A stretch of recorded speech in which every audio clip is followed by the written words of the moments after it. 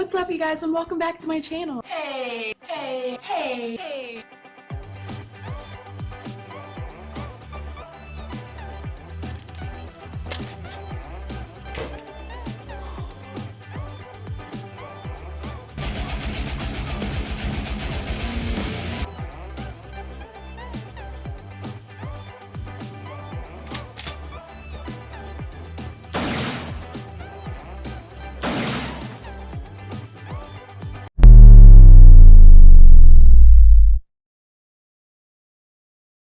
You're watching Lizard Guru.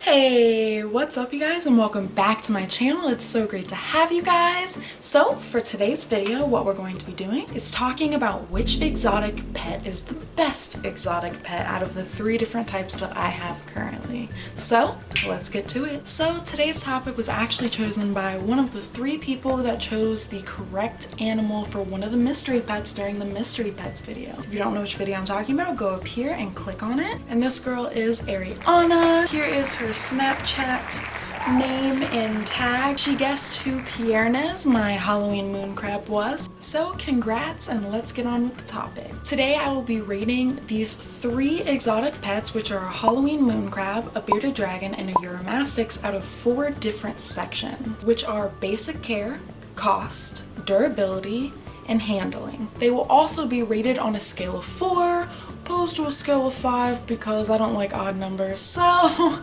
we're just gonna do a scale of 4. 1, very difficult.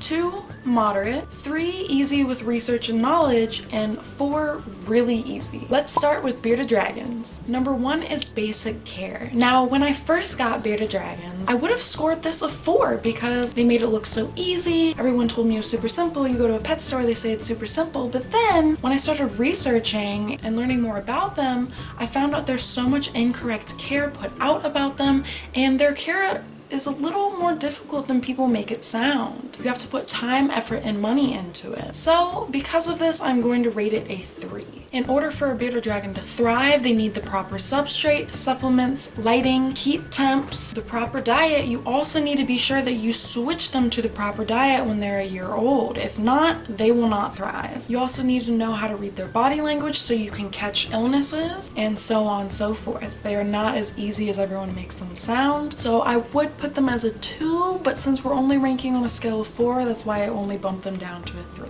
Number 2 is handleability. This one, by far, I rank a 4. Super simple, super easy, because even if you handle them wonky and improperly, they're still gonna be okay with it usually. Number 3 is cost. For this one, I would by far rate this a 2, because you need to have a vet appointment at least yearly by an exotic or herp vet, not a regular vet, to check their feces before brumation. Also, if they are laying, you should always go to the vet before that as well. Plus, you need to change out their lighting every 6 months to a year, both their heating bulb and their UVB bulb. You need to buy them bugs, you need to buy them greens. If you have a carpet, you need to switch out their carpet every so often. If you breed bugs for them, you need to buy food for the bugs that you breed. You also need to buy gut load or make your own gut load for the bugs that you are feeding, because every bug you feed to them should be gut loaded. There's a lot that goes into cost. They are not cheap. So if you do not have the means to take care of a bearded dragon, you should not get a bearded dragon. And that brings us to number 4, which is durability. These guys are honestly one of the most durable exotics you can ever find, because I have seen dragons live in improper care for like 2, 3, 4 years and still survive, but they're not thriving, and then they end up having medical issues down the line. So they are very durable. This is why I give them a 4, but that does not mean that you should give them the improper care. So that brings us to our next pet, which is the Halloween moon crab. Number 1 for basic care,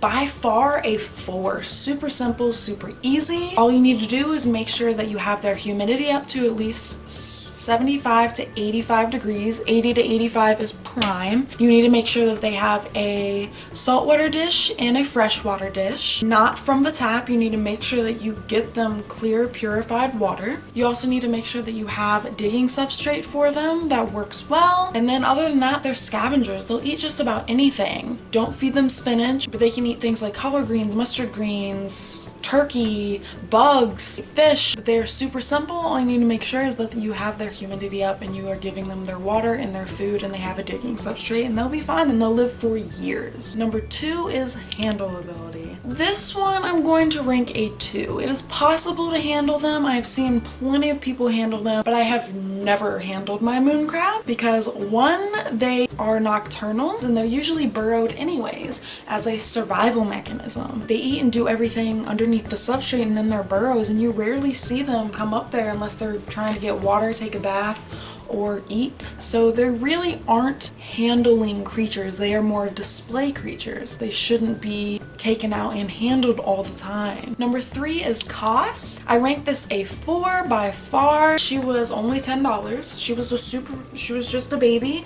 For everything, including her enclosure, the substrate, the feeding dishes, the water, the humidity gauge and thermometer, and everything else, only maxed out around $70. So that is not bad at all compared to what you will be paying for a bearded dragon or a Uramastix. That is nothing. And then besides that, I only give her the scraps of whatever I'm feeding my dragons or a little bit of turkey and bugs. She costs little to nothing, so cost is very minimal for Halloween moon crab. And that brings us to number 4, durability for a Halloween moon crab. I by far rank this down to a 2 simply because they can live for a little while with improper care. However, they will die out quickly if you don't give them the proper care, mostly having to do with the water you give them. If you do not give them fresh or salt water, their gills will dry out and they will die. They also won't be able to molt and they won't be able to live properly. So they are not as durable as a bearded dragon or a Uramastix is. They will die quickly without that water, without the food or the substrate. And lastly, that brings us to the Uramastix. Number 1 is basic care, and this one I give them a 2 because though their care is very similar to a bearded dragon, it also requires a little bit extra care. They need the proper lighting. They need hotter bulbs than a bearded dragon. They need more lighting. Like your Uramastix tank should be brighter than a bearded dragon's tank is, and they require a different type of lighting. You also need to change out the bulbs for them. You need to know very specific things about them because a lot of people that have a Uramastix have a bearded dragon. They try to feed the same things and they can't eat the same things. Also, keeping them clean can be kind of an issue sometimes because you should not ever bathe them, but there are ways to keep them clean without submerging them in water. So there's just a lot that goes into them. This is why I give them a 2. Number 2 is handleability. This I also rank them a 2. They are not as social as a bearded dragon is. They're a lot more shy by nature. However, you are able to get them used to you through time and trust, usually by